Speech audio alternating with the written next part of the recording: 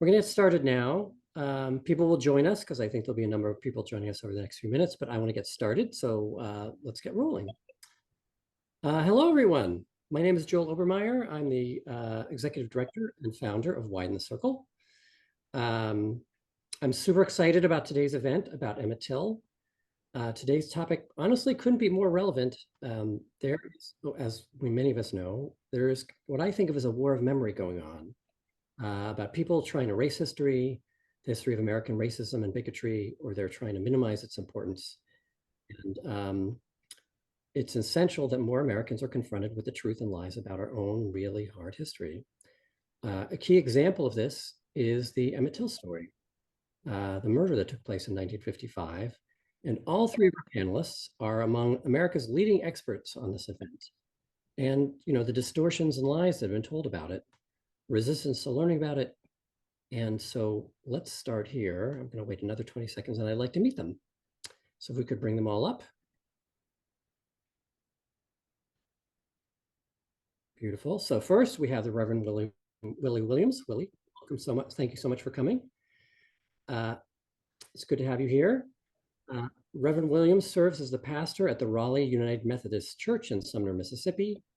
He is co-chair of the Emmett Till Memorial Commission, founded in 2005, to commemorate the legacy of Emmett Till. He has been one of the leaders of a movement to memorialize this history and to make meaning from it. Many of these efforts have been successful. For example, in July of this year, President Biden signed a proclamation to create the Emmett Till and Mamie Till Mobley National Monument. Welcome, Reverend Williams. Thank you. And next we have Patrick Weems, who is the co-founder and executive director of the Emmett Till Interpretive Center in Sumner, Mississippi. Good to have you here, Patrick. The center was formed to confront the truth and erase the lies about Emmett Till's murder, and it seeks justice for the community and the Till family. Patrick was one of Reverend Williams' key partners in the campaign to create the Emmett Till and Mamie Till Mobley National Monument. Welcome, Patrick. Glad to be here. You bet. And then the third person is none other than our moderator, Dave Tell. And there's Dave. Dave teaches at the University of Kansas, where he is also the co-director of the Institute of Digital Research in Humanities. Since 2014, one of his key focuses has been on the story of Emmett Till. Dave is the author of a powerful award-winning book, Remembering Emmett Till. Dave, thank you for being here, and it's good to have you. Great to be here, Joel. Awesome. So we're going to get started with the discussion in just a minute. First, a few logistical things. We're going to hear from our guests for a while, and then we'll have a little bit of time for question and answers. This event is scheduled to go for a little longer than an hour, but we pause our events at an hour in. So those who need to leave can leave, but our guests have offered to stick around a little bit past the hour for a little bit more Q&A and discussion for those of you who can stick around. So with that in mind, let's keep going a little bit. I'm going to give a little bit of an introduction to Widen the Circle for anybody who doesn't know us, and then we'll get to the discussion. So let me get started. Widen the Circle has offices in the United States and Germany, and we work with people who uncover local history related to oppression and bigotry, particularly German Jewish history and the Holocaust in Germany, and the history of racism in the United States. And we use the lessons of that history to create a more just world today. We have three main programs. Each year we give out Obermeyer Awards at the Berlin Parliament. They honor activists who have done remarkable things to preserve pieces of Jewish history and culture in Germany, and have also used lessons from that history to fight modern prejudice, bigotry, including anti-Semitism. Second, Widen the Circle has also developed and nurtured a network of German activists who work on these same issues throughout Germany, so issues of remembrance and fighting prejudice. And then the third area, which is most relevant to this conversation today, is an area where we do international bridge building among educators and activists and thought leaders in the United States and Germany who are dealing with historic legacies of injustice. We bring them together so they can learn from one another. Our main program in that area is something we call the Berlin Fellowship. We bring groups of these people together, but particularly Americans deal with the legacy of really tough history in the United States, to Germany every June for deep learning where they can learn from their counterparts. It's an immersive education program, and we've seen a lot of impact coming from it. And we've also started to build a network of people who do this kind of work in both countries. And in fact, two of our panelists today, Patrick and Dave, were part of our Berlin Fellowship program this year in June in Berlin. And as you'll hear, their visit and interactions with Germans help them develop ideas for the commemorative work that they do in the United States. So without any other preambles, why don't I turn it over to Dave? Dave, it's all yours. Great. Thanks, Joel. Gosh, hi, everyone. Honor to be here. Thanks. I'm surprised so many people are coming midday. That's great. Let me tell you, it has been an honor of my life, a privilege of my life to work with both Patrick Weems and the Reverend Williams, working alongside them, thinking about how to best shepherd the story of the Till murder for the next generation. And it has been a privilege of 2023 to get to work with Joel and to think about these things alongside Joel and Widen the Circle. I think I speak for all of us when I say that we have found great camaraderie with Joel and the mission of Widen the Circle of fighting bigotry by telling stories and doing memory work. Okay, I'll start also by saying y'all are in for a treat. Like, it's one thing to have a professor on hand like me who can, tell you facts and statistics, and I'll do a little bit of that. But it's another thing entirely to have people like Patrick Weems and the Reverend Williams online who have grown up in the shadow of the case and given so much of their lives to thinking about how to keep the story alive and the best way to keep the story alive for the next generation. I've told the story of Emmett Till enough over the years that I know I can't start by assuming we're all on the same page. So let me take you briefly back to 1955. Unknown caller. Unknown caller. In the summer of 1955, Emmett Till was a 14-year-old African-American boy living in Chicago. In August of that year, he took a vacation to visit his cousins in the Mississippi Delta, and he never returned from that trip. He and his cousins rolled up to a country grocery store called Bryant's Grocery and Meat Market. More on that store later. While he was there, whatever else happened, we know that he whistled at a white shopkeeper named Carolyn Bryant. 3 days after that, Till was kidnapped and tortured and murdered, and his body was thrown in the Tallahatchie River. 3 days after that, the body was discovered, and a month later, an all-white, all-male jury acquitted the confessed murderers in 67 minutes. But before that happened, Emmett's mother, Mamie Till Mobley, up in Chicago, insisted on an open casket funeral for the young Emmett Till. And this was the moment that changed America, because thousands and perhaps hundreds of thousands of Americans saw the beaten body of Emmett Till at the funeral in Chicago. And that was the moment that the Till story became a national and indeed international story. And if it's true, as the historians say, that the Till murder sparked the American Civil Rights Movement, well, that spark happened at the open casket funeral in Chicago. So I always like to start by both telling the story and honestly reminding everyone that the hero of the story is Mamie Till Mobley, who turned a great tragedy into a great triumph. So let me start with Reverend Williams. Reverend, I knew you grew up in the Mississippi Delta. Maybe you might tell us a little bit about what it was like for you to grow up in the shadow of the Till murder. Thank you, Dave. Just an honor and a blessing for me to be part of this conversation. 1955 is easy for me to remember because I was born in 1955, November. So when I think about the story of Emmett Till, I always think about my mom being pregnant with me, and I was born in November. But in 2007, well, let me back up. I grew up in Leflore County, and the store that Emmett Till entered, the Bryant Grocery, which, you know, when I grew up, it wasn't Bryant Grocery, but I grew up uh, going in and out of that store uh, as I was in middle school.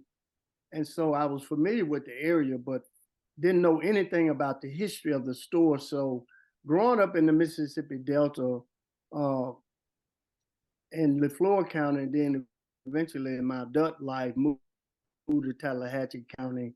But growing up, I did hear bits and pieces of the name Emmett Till, but had no idea, you know, the tragedy that took place, knowing that he was murdered. But I kind of came on board in 2007.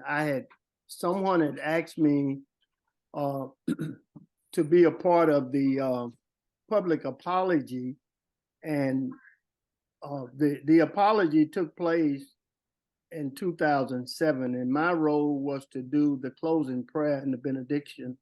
And so uh, ever since 2007, it just changed my whole mindset, because the silence was broken, and so since I've been involved in this work, it's just been a tremendous learning for me as it relates to this part of our civil rights history and the significance of it, our present day civil rights movement. And I think Emmett being that young, 14 years old, and these was adult grown men who kidnapped him and murdered and lynched and murdered him. But in 07, I think when the silence was broken, it transitioned into a potential of maybe even, you know, where we are today, and hopefully where we will be the next 50, 100 years, I don't know. But growing up in Mississippi, for me, the segregation, I never went to an integrated school or nothing of that nature. But for me, I really didn't experience growing up on a farm, like a plantation or anything like that. But I did grow up in a segregated community, and so the shadow of his murder, and I'm right in the soil of it, and didn't know anything, you know, didn't know enough about it to maybe learn, and even maybe we could have been much further today than if it hadn't been so much silence and so much traction. But as you said, Dave, Mamie Till is really the hero of this story.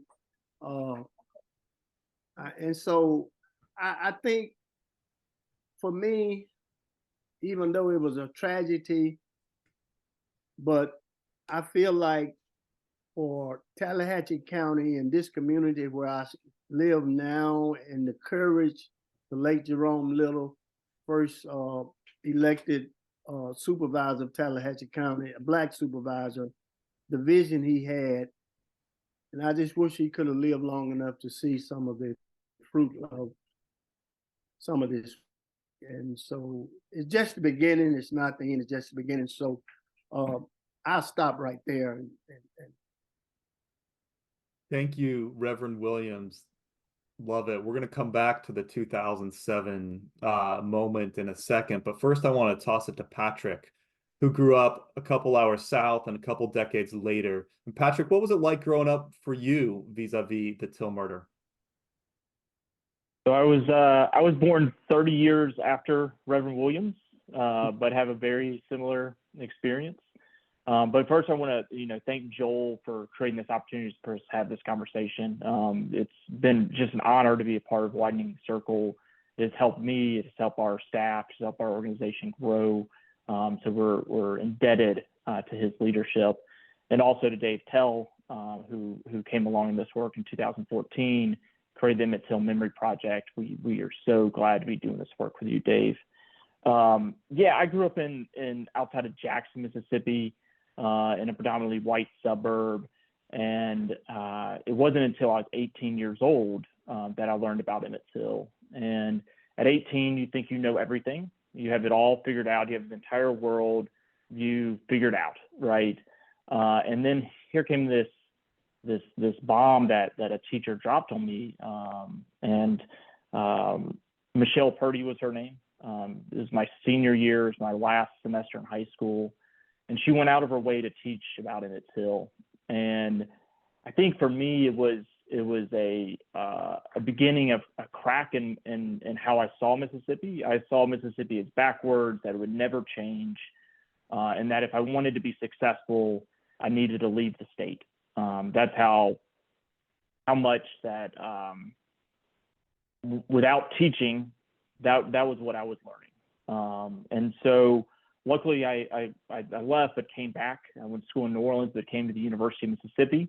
It was there I worked with the William Winter Institute for Racial Reconciliation.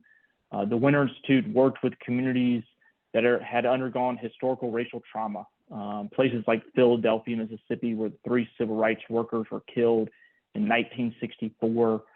That community was searching, figuring out how they could honor the 3 civil rights workers, but realized they couldn't create a memorial 40 years later because the murderer was still alive. His name was Edgar Ray Killen. He orchestrated the entire murder and had never been brought to justice.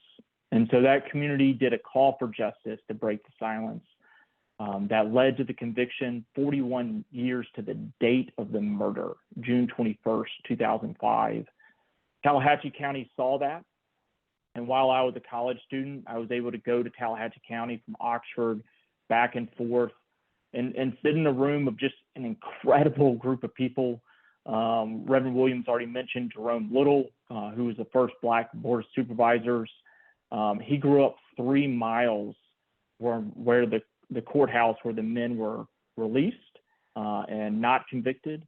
And his grandparents never taught him the story because they felt that if they taught him the story, that he would grow up hating, and that would not be good for his self-preservation. And so they omitted that as part of his learning experience. Through that experience of learning my history and getting to know this community, I then learned about the Emmett Till generation, a group of young people who saw that photo in 1955, but were too young to do anything about it. But then 5-10 years later, they became at the front lines of the civil rights movement. People like John Lewis, who used this as a moment to make our society, our democracy stronger, pushing Voter Rights Act, and all the rest of it. So I saw that as that gave me hope that if these young people could make changes in places like Alabama and Mississippi, maybe I could stick around in Mississippi and make a little bit of change. I think you've done it, Patrick. If you're keeping track at home, like both Patrick grew up in White Jackson, Mississippi in the 80s and 90s. Reverend Williams grew up in LaFleur County in the Delta in the 60s. But you know what both of them have in common? Much like Jerome Little's upbringing 3 miles from the courthouse, neither of them really sort of had the story told. And it's not an accident. In fact, the story for Emmett Till, and in a way, both Patrick and Willie and all of us are victims of this. It was never well told, right? I often tell audiences that if you start counting the day Till was murdered, you have to wait 49 years and 11 months before the state of Mississippi dropped its first dollar on telling the Emmett Till story. So it's a long silence. In the case of Jerome Little, like Patrick said, he grew up 3 miles from the courthouse. It wasn't until he joined the Marines and traveled the world that he heard the story of Emmett Till told. And when he heard the story, it lit a fire. And when he came back to Tallahatchie County, he came back with the conviction that he wanted the whole world to know what had happened to Emmett Till. One of the first things that Mr. Little organized was an event that Reverend Williams gestured to earlier in 2007, when the community came together in Tallahatchie County, and it was sort of explicitly biracial. It was 9 African Americans and 9 white people came together. They invited the Till family back to Mississippi, and they offered them an apology. Reverend Williams, you said a second ago that that moment in 2007 was a transition. It was a moment that broke the silence, and it was a moment of transition to the work that's still going on. Can you talk for a minute about why breaking the silence was so important? Yes, Dave. I think when you think about the brokenness of our humanity and the tragedy of, silence, but that moment, as I remember, it was such a beautiful day in the sense of, the weather and so forth, and to see so many people in that small area. The whole Tallahatchie County School District was out. They let school out. And of course, the William Winter Institute was there, and the former governor, William Winter, spoke there. And to have the Till family, to have Wheeler Parker and Simeon Wright was there. And for me, it was so moving. And as the event unfolded, and I felt like that was the beginning of the process of healing, because healing is a lifelong process. And I felt even being a citizen of Mississippi, even being a product of the Delta, even living in the soil of much tragedy, yet it gave me hope. And so that day was an amazing day. Every time I think about it, of course, the apology letter was read that had been drafted among the commission. I wasn't part of the commission at that particular moment, but I think that same day I was drafted, Patrick. But anyway, it was such a moment of to acknowledge that what the state of Mississippi, the Tallahatchie County, to say that we're sorry to the Till family. Mm. And I really felt that Wheeler, especially Wheeler and Simeon, because they was with Emmett in the house when he was kidnapped. And I was with them. I met them. I went to Money, Mississippi with them that day. And I think for me, that was the most moving moment. I didn't know Wheeler. I didn't know Simeon, but I was with them, and I was in close proximity. Matter of fact, standing right with them. And I didn't know, as they stood there at this dilapidated store, it wasn't like it is today, Patrick. It was a little better then, but I just, inside, I cried because I could sense the pain. I don't know whether they had ever been back to Money. I don't know. But I was there with them, and I had so much empathy and sympathy. And so I think that was one for me, that was the beginning of what this work that we're doing. And it was so appropriate for the state of Mississippi, and to have the former governor there to speak for Mississippi, and to have the commission and Jerome Little and the people who was leading our organization at the time to say that we're sorry. And we just fellowship, and it was just a day of celebration and something that was hard, something that was very hard to wrap your mind around, a 14-year-old kid being murdered, and not only murdered, but the way he was murdered. And so I'm grateful, and I hope that we can continue to promote healing and promote reconciliation. And it's not going to happen overnight. It's not a one and done. This is work. It's hard work. It takes courage to do what we do. And I just appreciate, everything that I'm involved in with this, because I care about humanity. I'm a man of faith, and I love people. And all people are made in the image of God. And so their life is sacred. And I'm just thankful to be a part of it.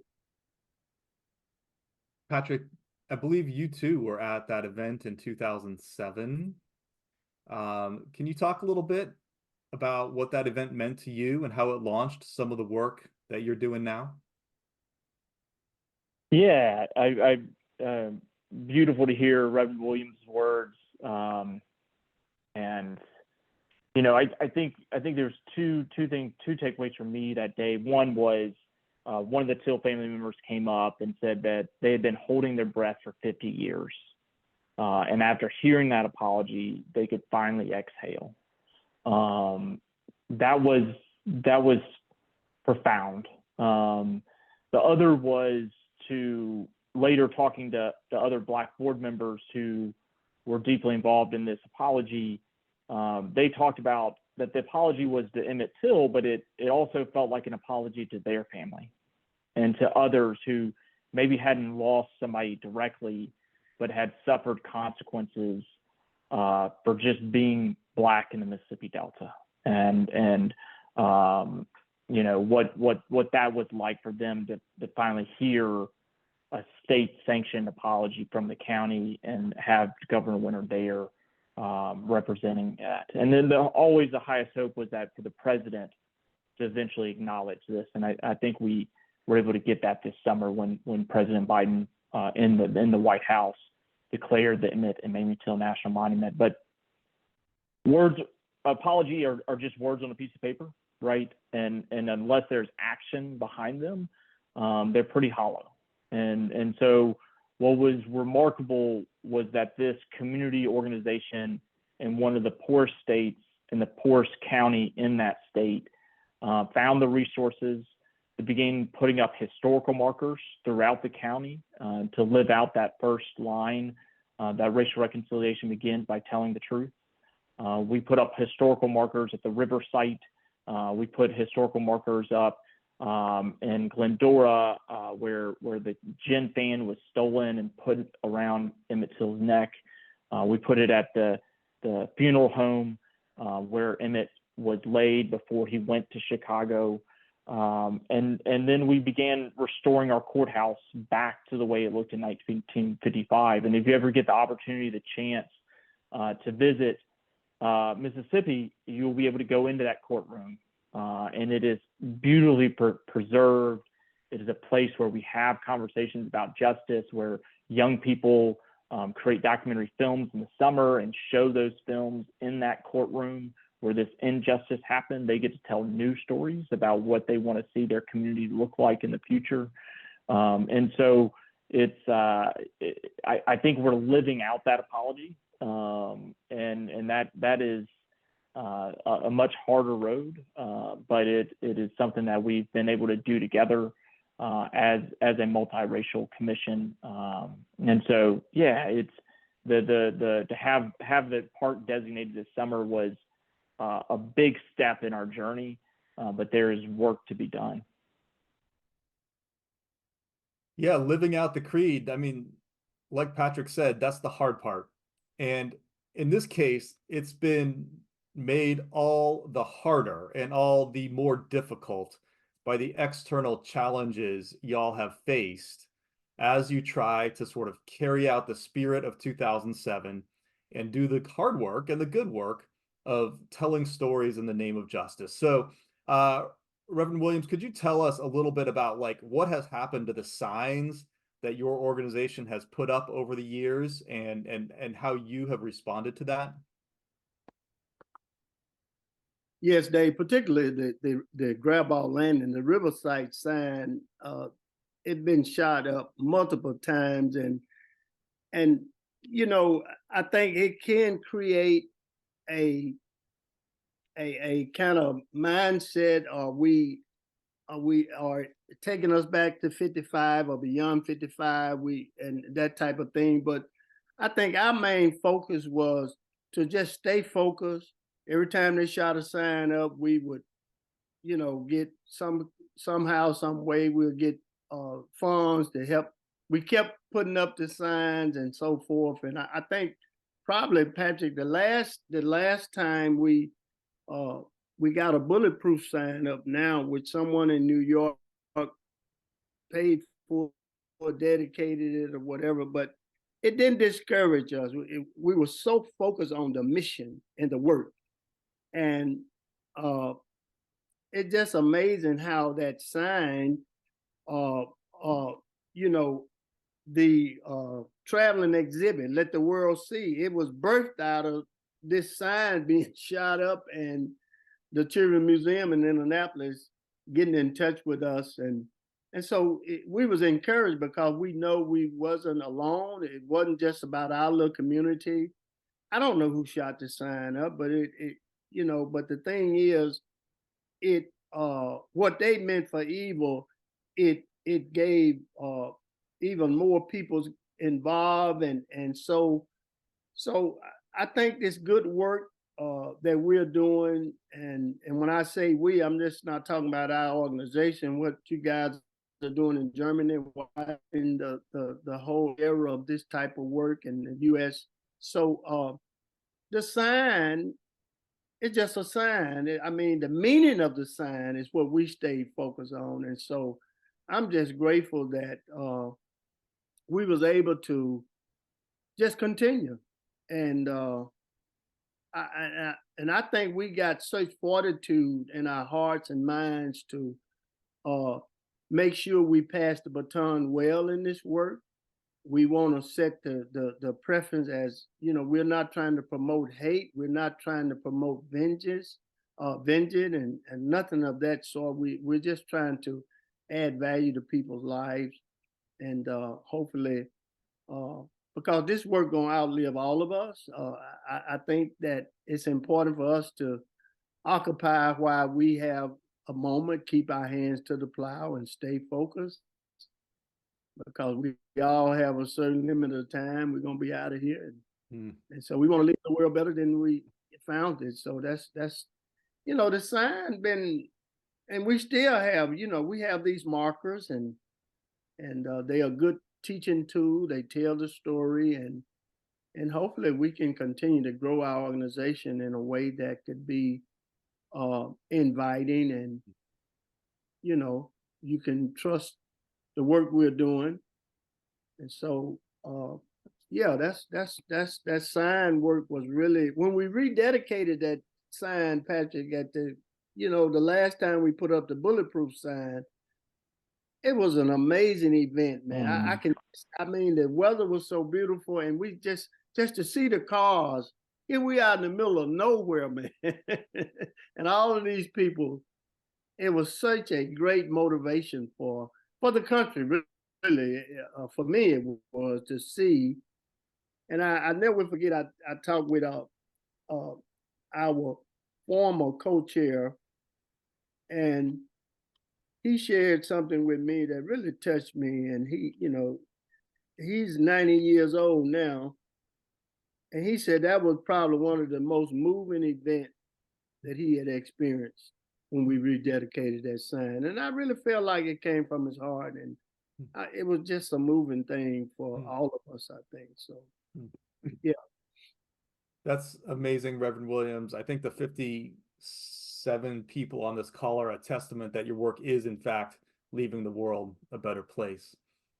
I'm going to share my screen ever so briefly, and I'm going to give you some pictures that will illustrate what Reverend Williams was just talking about. I'm going to share these screens because I want to share these pictures because they're powerful images, and they're going to give you just a sense of kind of how difficult it is to do the work of storytelling and the work of reconciliation. And then after, Patrick, after I work through these, I'll ask about your response to the vandalism and how your organization is moving forward, either with the signs or with other sites. So let's see.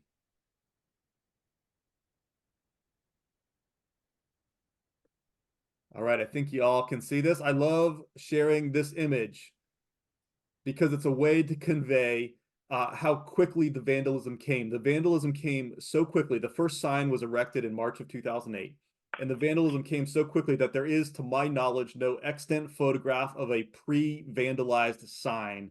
The very first photograph I'm aware of is this one, and as you can see, the sign's already gone. It's been stolen. It has been, if you could sort of follow those tracks, about 20 yards, you'd see the river, and presumably the sign was thrown in the river. Within days of the sign being stolen, Jerome Little, the founder of the commission, said every time they take it down, we're going to put it back up, and that's what they did. Within weeks, this sign was put there. It was put up obviously as a pristine sign in the spring of 2008. It stood on the site for 8 years until 2016. Over the course of those years, it was filled with 317 different bullet holes. This sign eventually made its way to the Smithsonian, where it was sort of in the grand mall side entrance of the National Museum of American History for a couple of years. There's some empty signposts after it was cut down. This is the third sign to occupy the same spot. You can see the old posts that have been cut off beneath it. And I want you to think to yourselves, how long did this sign last unshot? The answer is 35 days, and then it too was filled with bullet holes. Shortly after that, some fraternity brothers from the University of Mississippi were photographed with guns in front of the sign. And it wasn't too long after that, as Reverend Williams was telling us, that we finally got a bulletproof sign. So this gives some visuals to what Reverend Williams was talking about. Patrick, I want to give you the opportunity to react to the images, react to the vandalism, to the signs, talk about some work at the sites that are of continuing importance to your organization.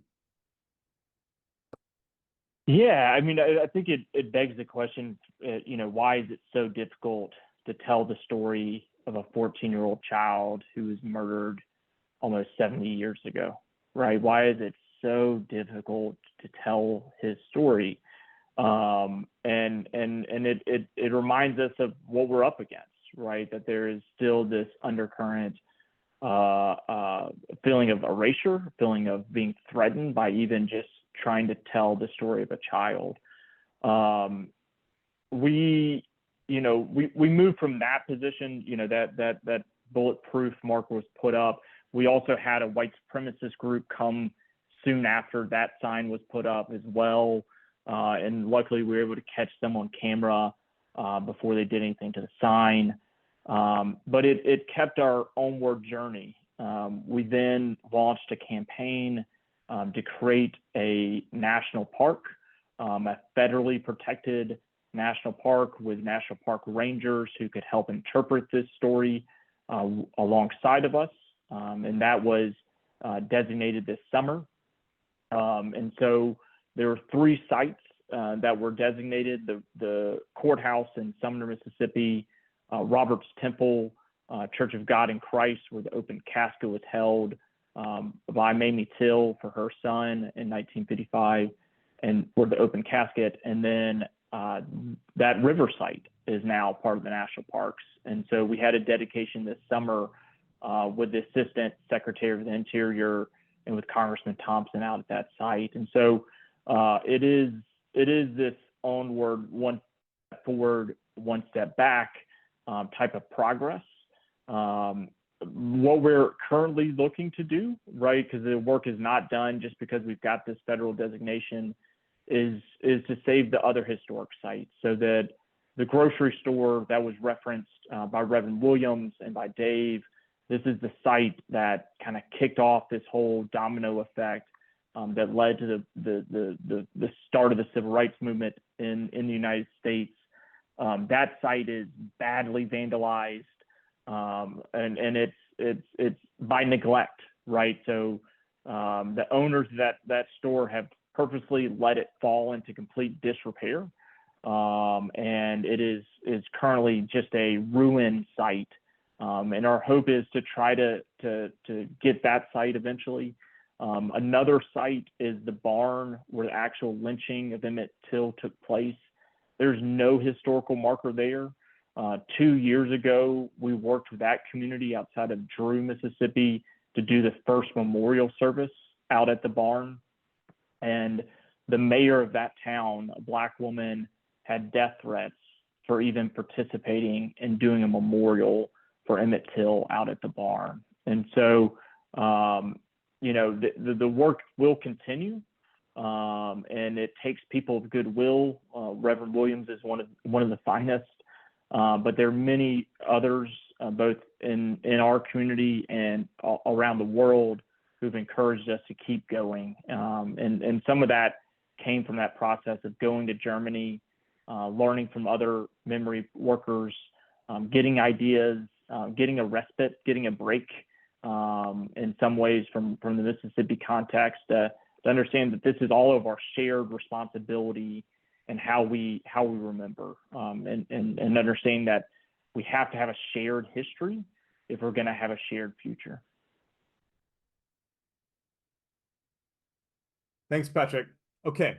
I just want to sort of summarize a little bit where we're at. We have the signs that were vandalized. We have the store, which was ignored and has fallen in on itself. And we have the barn, the site where Till was murdered, which has just been, frankly, a victim of silence and longstanding inaction. These are dramatic sites, okay? And it's really hard to convey with words the drama. So I'm very briefly going to share some images of both the store where Till whistled. This is the grocery store that Reverend Williams grew up visiting. He grew up 7 miles from the store in LaFleur County. And then I'm going to show some images of the barn to give you a sense of the challenges. And then, Patrick, I'm going to throw it back to you.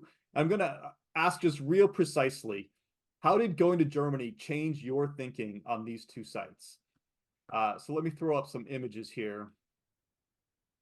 What you're looking at here is Bryant's Grocery as it looked in 1955. I'm going to be quick here. I'm not going to explain these slides. In a lot of ways, they speak for themselves. This is the 80s. This is the 90s. That's what it looked like after Hurricane Katrina. That's 2017. That's 2019. Sorry, that slide says 3 days ago. It's actually like 3 weeks ago. So you can see it has been a victim of neglect. It is falling in on itself, and it's gotten to the point it's hard to know what to do next with this building. If you were there in person, you would see a sign in front of the ruin that I'm paraphrasing, but that says this is ground zero of the American Civil Rights Movement. And you just got to ask yourself, how in the world is ground zero of the American Civil Rights Movement been allowed to fall in on itself? And what do we do? Patrick, I'll just toss it to you here, and we can skip to the barn in a second if we need to. Yeah, do you want to talk about being in? Yeah. So one, what an honor to be able to go to Germany. Before I even went, I read an amazing book called Learning from the Germans by Susan Neiman. If you haven't read this book, it's one of my favorites. Susan Neiman runs Albert Einstein Institute in Berlin, Germany, and compared how Germans have remembered the past compared with the American South. And while I think a lot of Germans kind of cringe at the idea that we should look to them as memory workers, when you compare it to the grocery store and the fact that it's taken us 70 years and we still don't even have this historic site. One of the most treasured sites that kicked off the American Civil Rights Movement is in that far disrepair. I think the Germans have a little bit to teach us, and that we're all imperfect in this work, right? But that gave me hope because it talked about that it is a process, right? That this type of work does not happen overnight. That societies do not automatically transform. That there is not a Damascus moment where you're on the road and then you see the light and everything changes. But often that it is a slow generational change. That it takes people of goodwill to continue to move forward, even if there's some steps back. And so while I was in Germany, we had the chance to meet with young people, which is always an inspiration. Young people who were creating memorials in Berlin. One of those conversations was around me just telling the story of Emmett Till to some pro-Germans, young Black Germans who had never heard the story. And their eyes, just like mine, when I was 18, just started getting bigger and bigger. They couldn't imagine something like this had taken place in the United States. I then told them about the store and the predicament we're in, that the owners of that store want $4 million for that site, almost a ransom for that site, that if someone doesn't pay that, they're just going to let it continue to fall into ruin. And we started talking about and brainstorming about what can we do, right? That is such a high bar for our organization. Even donors, don't feel comfortable with that money going to these people who have basically, are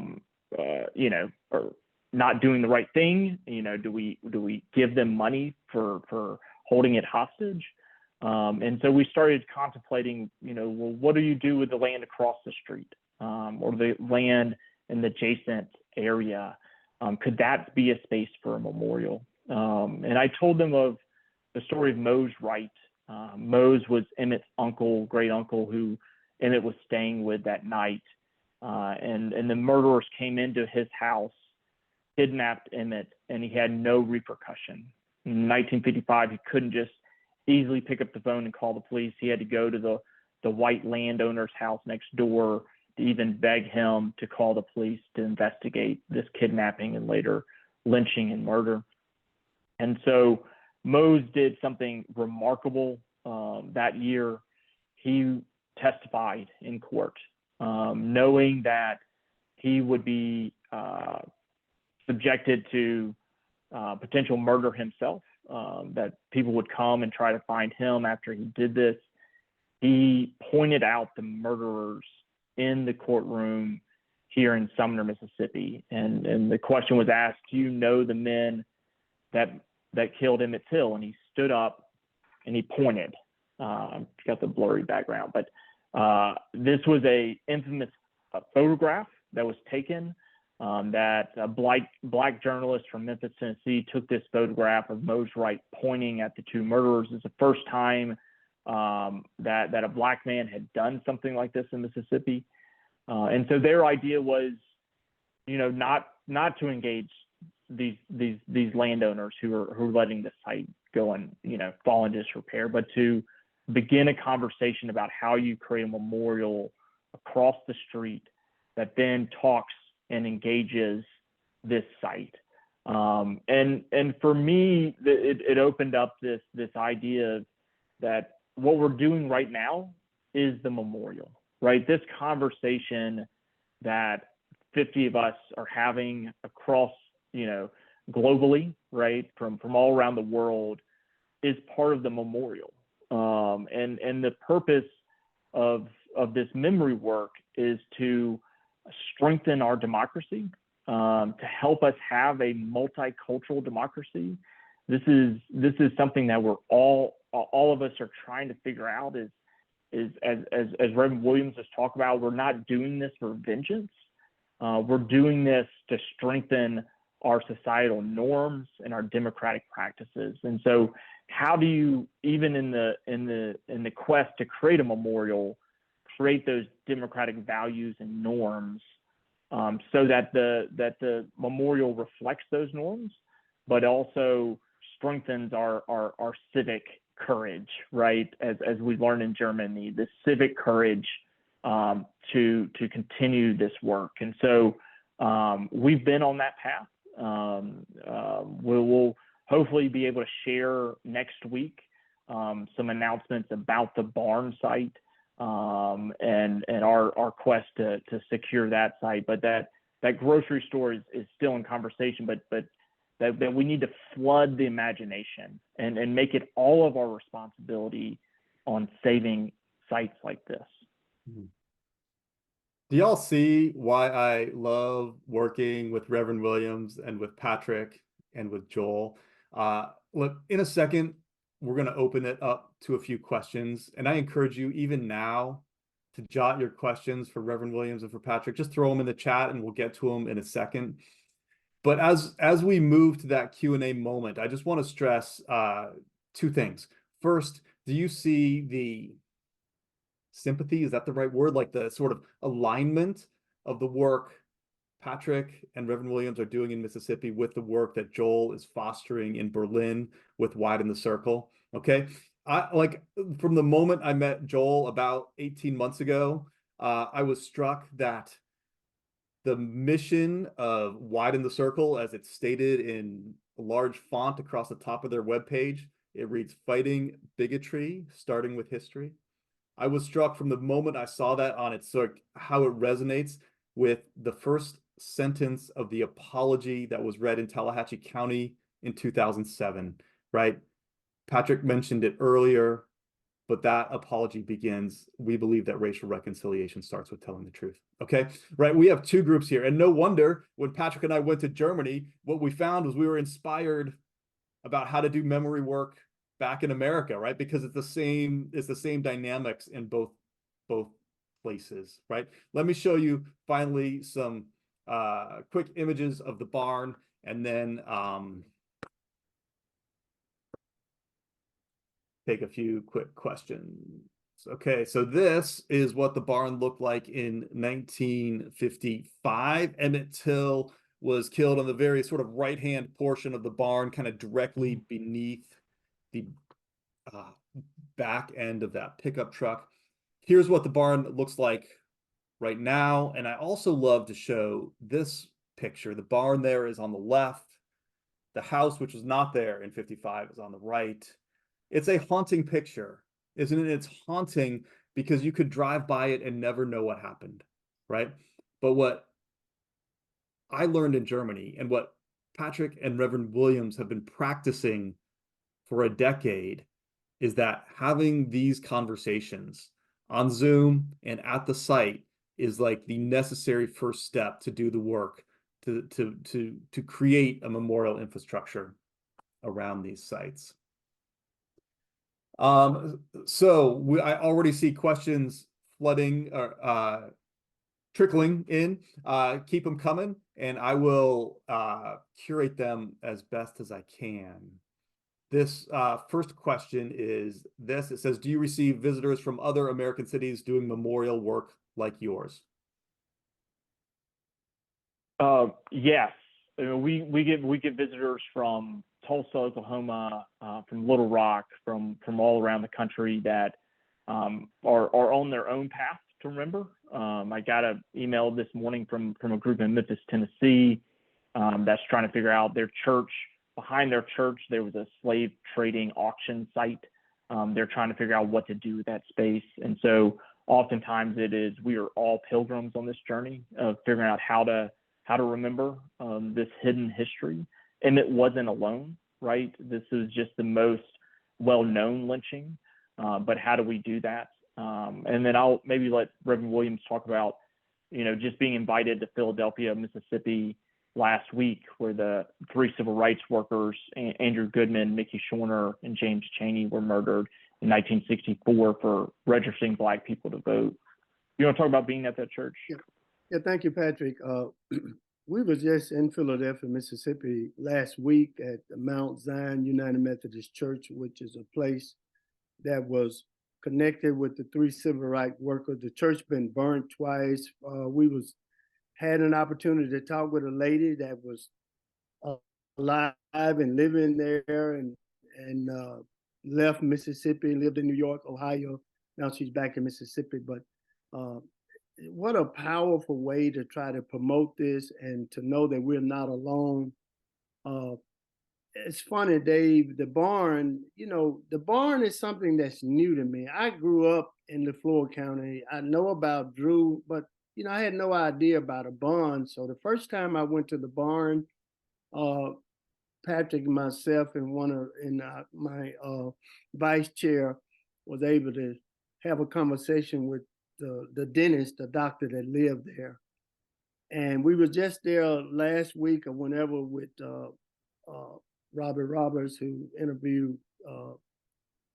But that place, the barn, is such a sacred, hollow ground to me. Every time I go there, I'm just moved. So the church at Philadelphia, we had a conversation with some of the congregation and the pastor who was there, and hopefully, I hope and pray that they will continue to explore ways they can, remember the 3 civil rights worker, and how their lives was taken just because they was trying to promote justice and just the right of any human being should have. And so, yeah, we have a lot of people looking to our organization, and especially since we have become a national monument, and I just credit it to the leadership, to the grace of God, first of all, and to the leadership. I'm just overwhelmed the type of relationship Patrick and myself have had as far as working together.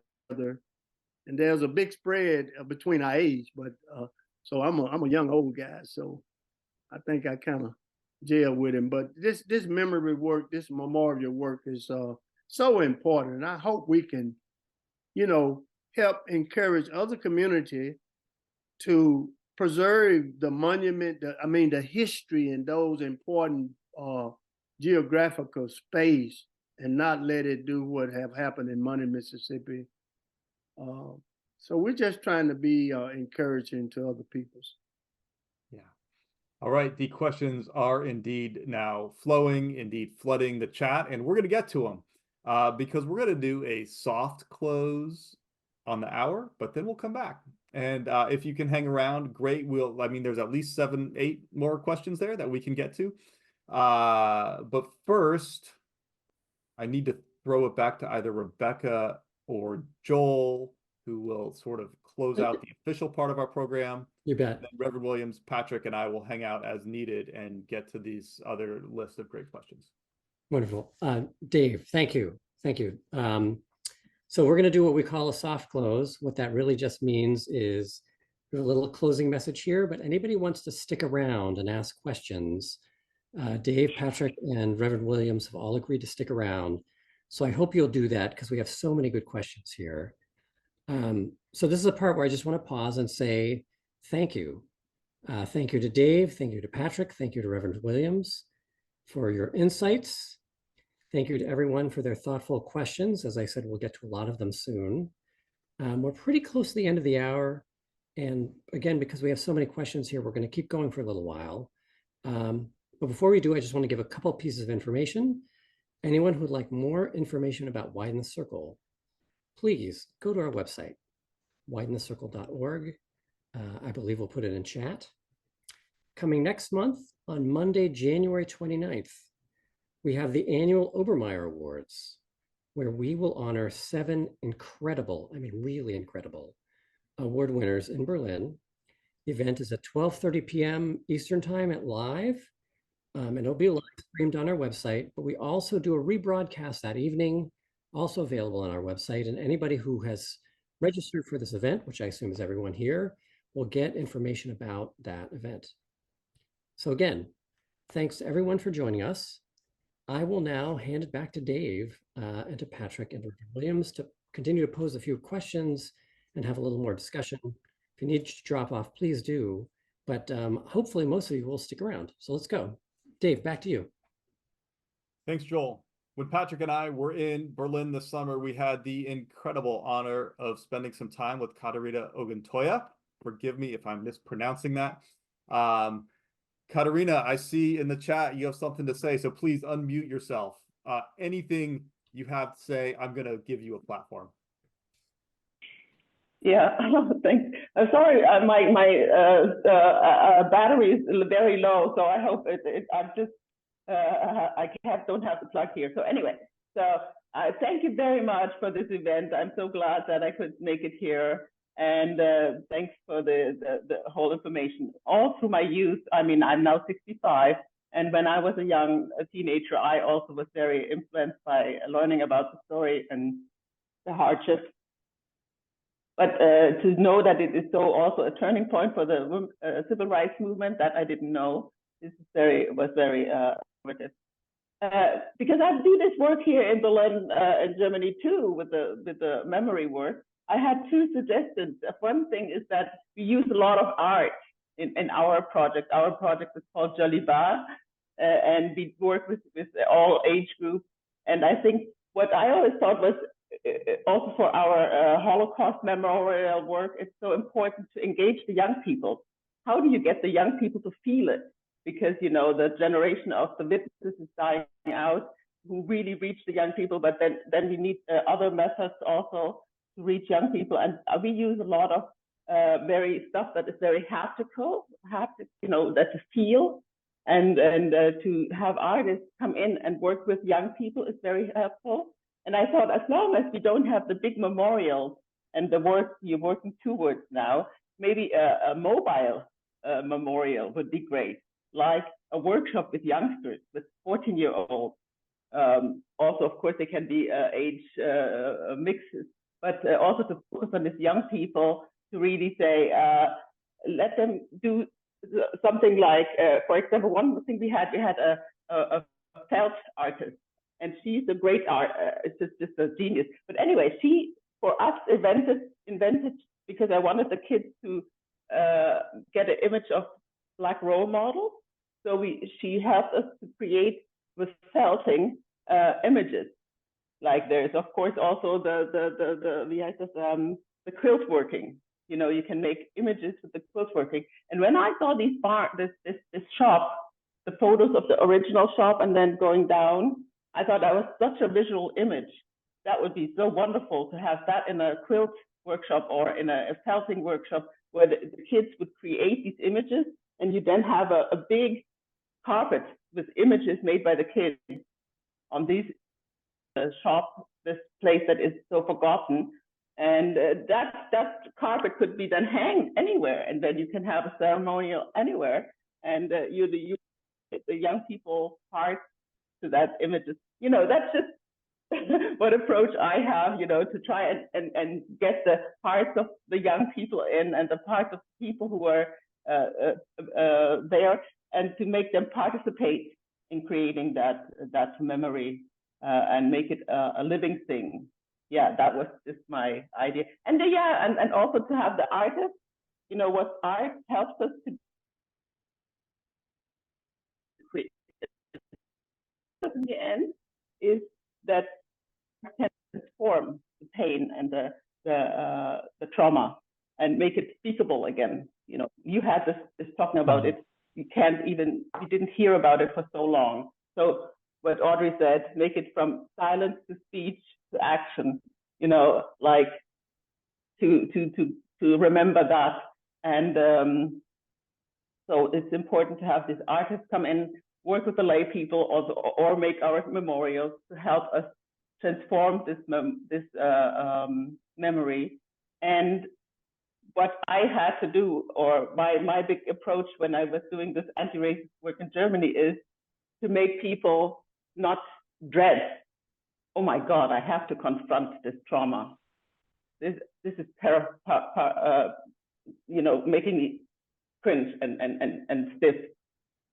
The other way to approach it, what do I gain? You know, make it a happy memory.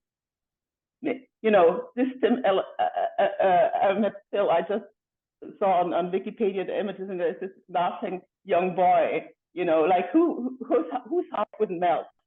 Yeah. So we have to remember his smile, his beautiful smile, and you know, and use these haptic art memories methods to make it also a positive memory. And our final success over the bad people is to live a life, to live our life, to live them well together. Thank you. I just want to, it's a beautiful It was such an honor to meet you this summer in Berlin. You know, one of the things that you talked about was how to use Black joy as part of anti-racism, right? And it is stuck with me. One of the things that we've been privileged to do is every summer we have Black filmmakers and professors who do film work with our young people in the Mississippi Delta every summer, so that they can learn to tell their own stories, right? That they are the author of their own story, that they're the author of their community story. And so we're going to do that again this summer. We get about 25 young people who learn the in and out of film, of storytelling, and then they're able to show those films back to the community. We also, one of the other questions was around curriculum work. We got our young people to work with facing history in ourselves, to co-create a curriculum that can be taught, that is now online, that any high school teacher can access around the country or world. But that was co-created by young people so that their experience was directly impacted in the co-creation of that curriculum. But yeah, I mean, I think there's definitely you know, one of the sites that we're thinking about is a memorial to Mamie Till. There's no memorial honoring Mamie Till. She was born in Mississippi. There's no historical marker in her hometown. So we really are trying to think through how can we create a site of Black joy, of celebration, of her life, of the life of Emmett, not just thinking about the tragedy, but of what she gave the world in doing what she did, and to, you know, connect the dots for folks. You know, Rosa Parks heard about Emmett Till's story, and when she was asked why she refused to give up her seat, she said, "I was thinking about Emmett, and I couldn't back down." Right, and so we understand that power of narrative and how it can lead people to action. So I just wanted to lift those up. But we're love the quilting idea. We quilting is a big art form in the Mississippi Delta, so I think there's more imagination that can go into this. Reverend Williams, let me put this question from Jill Strauss to you. She begins by noting that it's just powerful. It's like a striking image to see Bryant's Grocery in disrepair and in a state of ruin. And she's honestly curious about what it means that a store like that ground zero of the civil rights movement could be in ruin. And so I'm curious, what does it mean to you? Like when you see the store in ruins, what does that mean for you?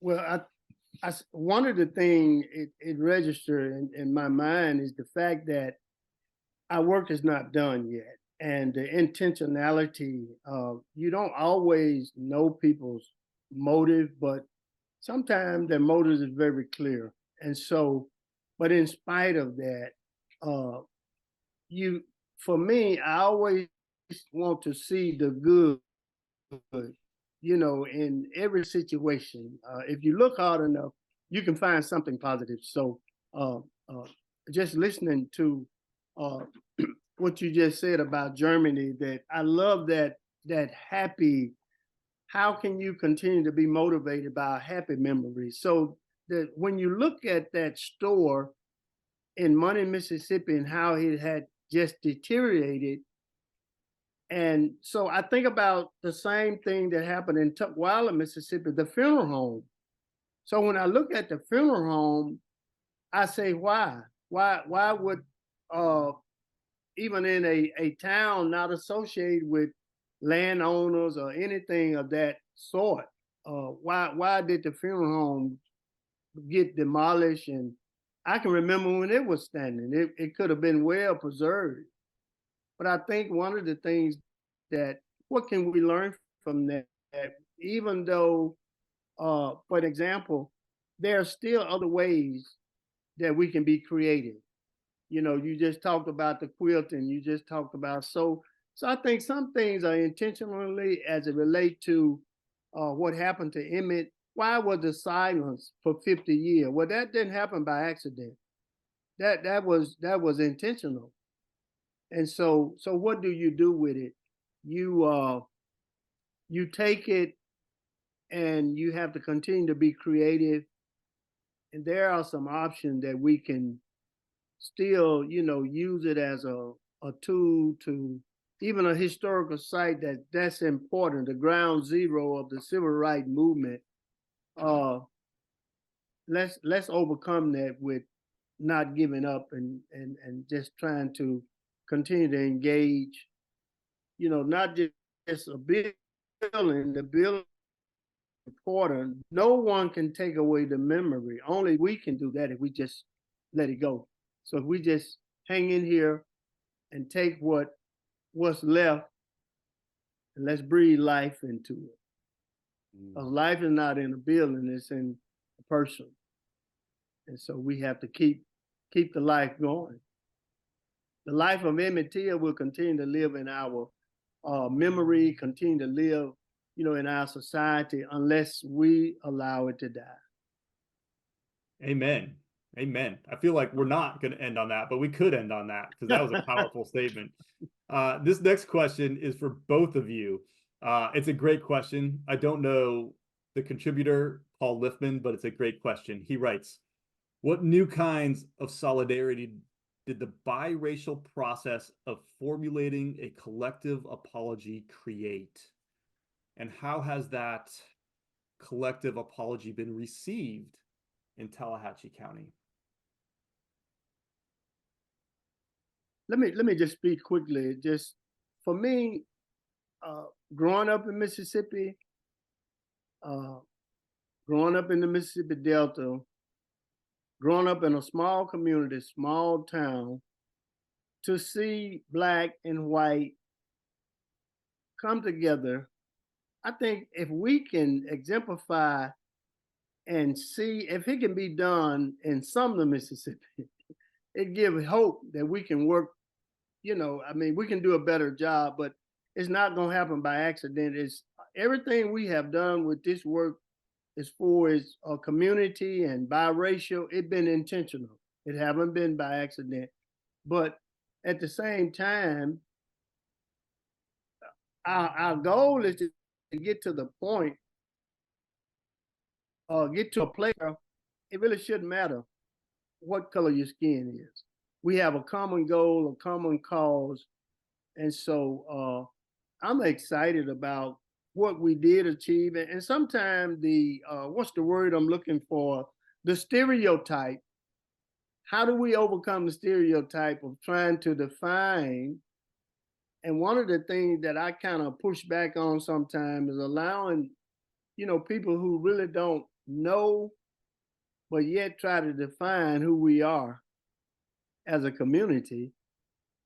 And sometimes you have to just kind of say, well, let me tell you a little more about that. And that's what I have done one-on-one with a lot of people. One lady asked me one time, I think she grew up in DC, and she said, well, how did that, what happened? She said, how would that, I don't know, she was talking about how could that happen? Why did it happen? Well, who allowed it to happen? And she was an older lady, she just couldn't understand how could that happen, even in 1955. So how do you help people understand what happened in the past and then see where we are in the present? You had certain structures and certain things in place that allowed that to happen, like the disarray of this building and money. It was intentional. But there's ways that we can overcome that. So that's what I think. I don't know whether I answered the question, but the racial thing is something that that we have to not allow it to destroy us. We're better than that. In 2023, we are better than that. So I choose to look more positive, and I acknowledge my past, but I don't live in the past. And I remember the past. The present is where we live in, and what kind of future do we want to have? So we have to put those things together and put them in perspective. and not be sidetracked.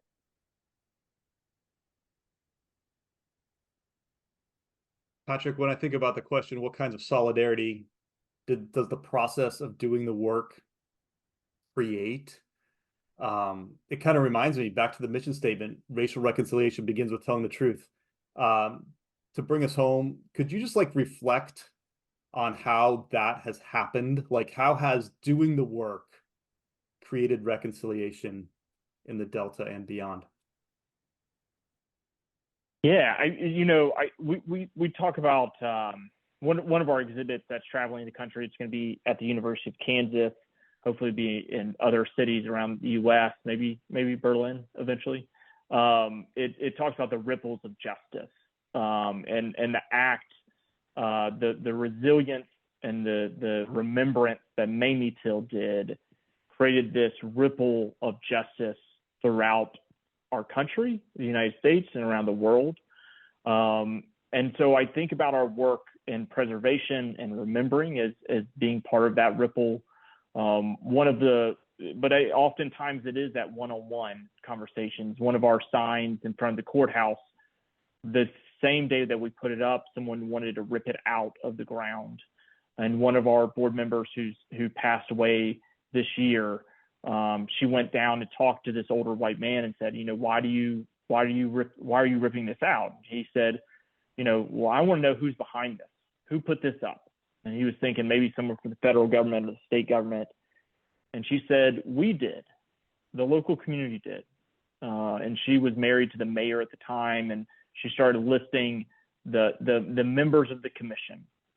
I think he was thrown off that local people were standing up for the first time to remember this story. And he said, well, why are y'all doing this? We shouldn't be talking about Emmett. This is long and dead, and this is gone long time ago. We shouldn't be bringing up the past. And she listened to him, and she gave him space to be heard first. And then secondly, she asked, she said, well, how old's your son? And he said, I'm not sure. I think he's about to turn 14. Yeah, he's about to turn 14. She said, well, that's the same age Emmett was. And we're not trying to force anything on anybody. We're not trying to change anybody's way of life. We're trying to tell this story so it never happens to anybody else's 14-year-old. And he went back to his house and came back to hers later that night and said, the day that y'all have the apology, I think y'all should have a fabric. And my wife works at a garment factory, and we want to dedicate some fabric so y'all have a proper unveiling of that memorial the day of that apology. And so we know that not everybody in our community is on board with what we're doing. The violence to the signs shows that.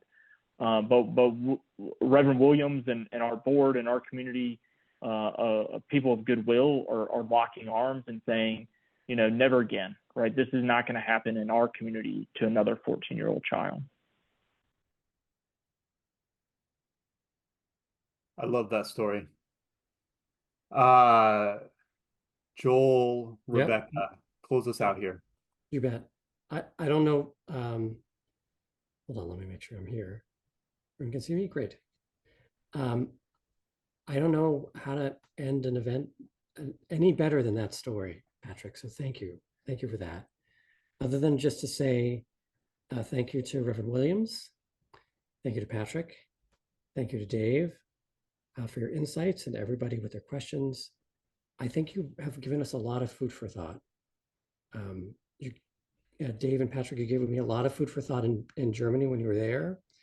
And I just think that here's another layer.